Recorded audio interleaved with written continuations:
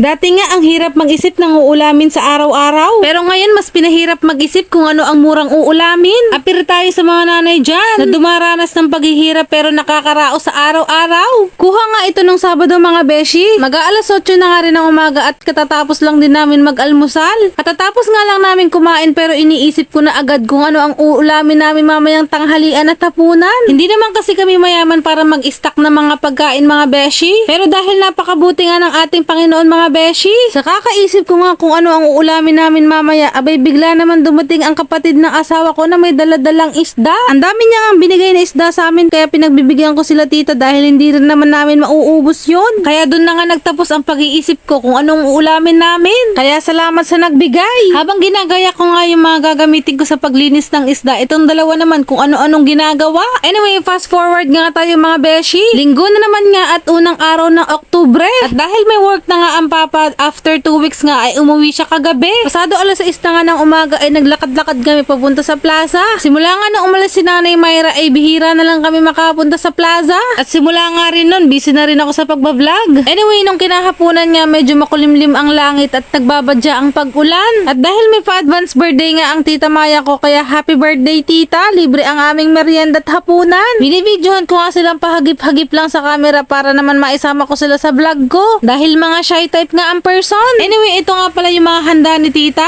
Ito pala yung tinatawag na quality over quantity. Kahit onti nga lang yung handa niya pero lahat masasarap. Nabitin pa nga ako sa palitaw. Pinigilan ko nga lang yung sarili ko kumain ng marami dahil diabetes is waving. Kain now, tigok later. At ayan nga ang baby Kenzo, pati yung kinakain ko gusto na rin niyang kainin. Ang kuya Kyle naman nandun sa gilid kumakain ng pansit. Baka sabihin na naman po dyan ay hindi ko pinakakain yung anak ko. Ako lang ang kain ng kain. Hanggang dito na lang nga muna mga beshi. Maraming salamat sa panonood at pagsuporta. God bless us all. Mwah, mwah.